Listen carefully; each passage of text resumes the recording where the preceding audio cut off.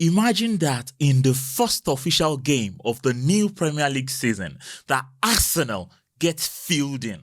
Can you imagine the meltdown that the club's fan base will have? You'd love to see it. I am not going to lie, I'd love it and I deserve it, but I don't think that's going to happen. Later today, the top 2 teams in England, yes, you heard me right. The top 2 teams in England will be going at it for the first trophy of the season. Let's get into it. Hello guys, welcome to the channel. I am Kai. I hope you are just as excited as I am for the new football season. How are you all doing? Hope you have had a good summer. Ladies and gentlemen, boys and girls, it is last season's Premier League bottle jobs against the Premier League champions in the Community Shield. What are we saying? Who have you got lifting the first trophy of the season? As a neutral, I am pumped for this game. If there are 2 teams you want to kick off the new season, 100% it will be these 2. Especially when you think about the battle between them for the Premier League title last season. How Arsenal bottled it at the end, despite being top of the table for most of the season, allowing City to sneak in and steal the title from under their nose. And let's be honest, right? These 2 teams play the best football in the Premier League. Surely that's a fair comment to make. If you think that's nonsense, let me know in the comments. What teams in the Premier League play better football than these 2? As a lifelong Chelsea fan, it leaves a bitter taste in my mouth to admit this, especially about Arsenal. But facts are facts. Man City and Arsenal, as of today, play the best football in the Premier League. Hands down. Do you know that Arsenal, along with Liverpool, is the second most successful team to have won the Community Shield? Do you know that? They have won it 16 times. Only 5 behind Man United, who are the greatest team in the history of the FA Community Shield. Compare that, right? Compare it with Man City that have won the Community Shield 6 times. Just 6 times. Clearly, Arsenal is the team with a rich tradition in the Community Shield. Fun fact for you, yeah? Arsenal has never lost to Man City in the Community Shield. Can you believe that? It sounds impossible, doesn't it? In fact, the last time they squared up against each other in 2014, Arsenal fielding City 3-0. Then they ended the season in 3rd place. Such an Arsenal thing to do. Listen, this means nothing in the context of today's game, right? But I'm just saying, I don't think Arsenal have any reason to fear City or lay down for them in the Community Shield. Will the Premier League champions trigger Arsenal's PTSD from bottling the league last season by winning this evening? Or will Arsenal preserve history by winning tonight and be able to say they have never lost to City in the Community Shield? To be honest, might be the only chance Arsenal have of winning anything this season anyway. Sorry, Arsenal fans. Let's be honest, I am not sure Pep even cares about this competition. They have lost their last 2 games in the Community Shield. They lost 1-0 against Leicester in 2021 and 3-1 against Liverpool last season. Will they lose the 3rd game in a row in the Community Shield? Actually, I tell you what, there is a jinx with the Community Shield. Since the Premier League started in 1992, only 8 clubs that won the Community Shield ended up winning the league in the same season. That's crazy, isn't it? The last team to win the Community Shield and win the league in the same season, wait for it, was Manchester City in 2018-2019. So if Arsenal want to win the league this season, maybe they should let Man City win the Community Shield this evening. I'm just saying. See, listen, okay? Let's be serious now.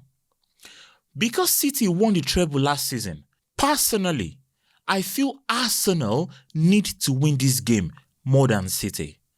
Even if just to get a psychological advantage over them before the Premier League season kicks off. Especially as this was the same team, right, that stole the title from under their nose. Arsenal spent majority of last season, right, leading the table. They were top of the table for about 85% of the time, or 75%. And they ended up not winning the league. In fact, in the history of the Premier League, no team has stayed at the top of the Premier League for that long and end up not winning the league. Yeah, look it up. That's why I said Arsenal bottled the Premier League. Not that because they weren't good last season or because Man City weren't great. Arsenal had every conditions to win the league last season. But they lost it, they bottled it. So, anyway, I'm rambling on now.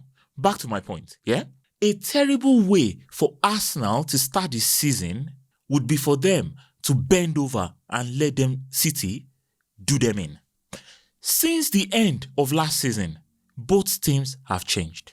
Especially Arsenal.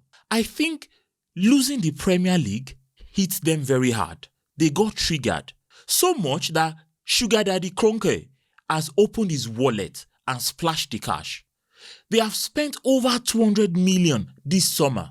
To be fair, since Arteta has signed for Arsenal, he can't stop spending.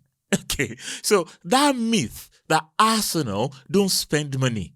Now, it is exactly that, a myth. Because since Arteta has joined Arsenal, to be fair to Kroenke, he has backed Arteta. So that's a moot point, to be honest.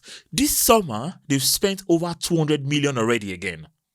They've brought in Declan Rice, Julian Timber, and Kai Havertz.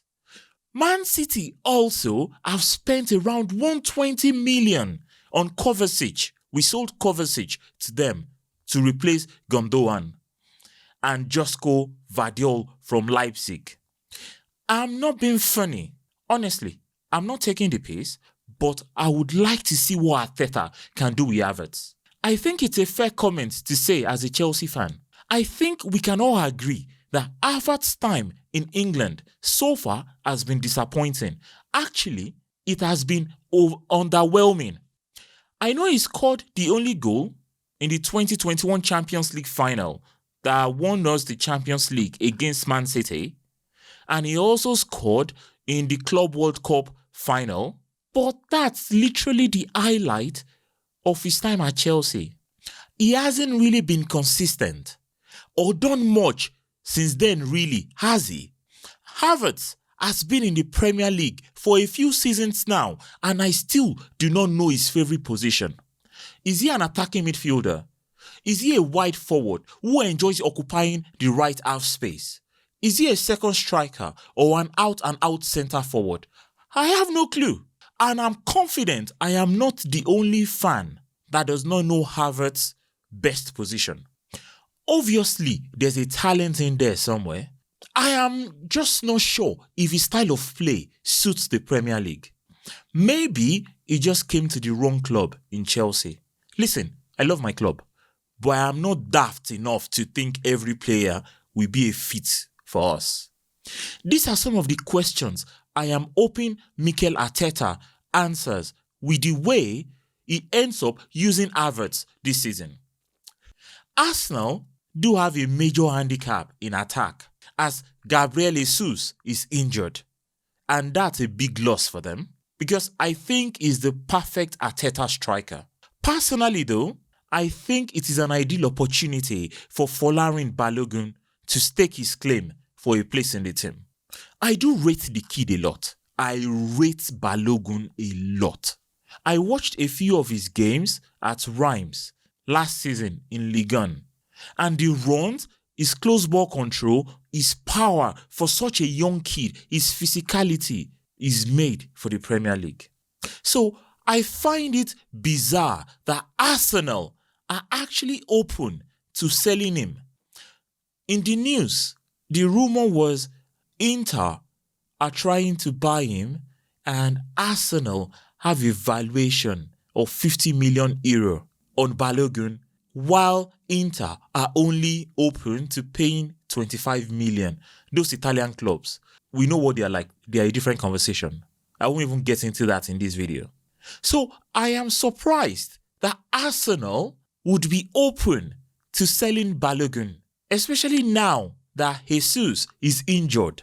Yes, I know Arsenal have Nketiah, but Nketiah is not the same profile as Balogun. It will be interesting to see if Arteta decides to go for Nketiah in attack today, or chooses to use Trossard or maybe even Havertz as a centre forward. That would be a plot twist, isn't it? Imagine this evening when the players come out, Havertz starts as a centre forward.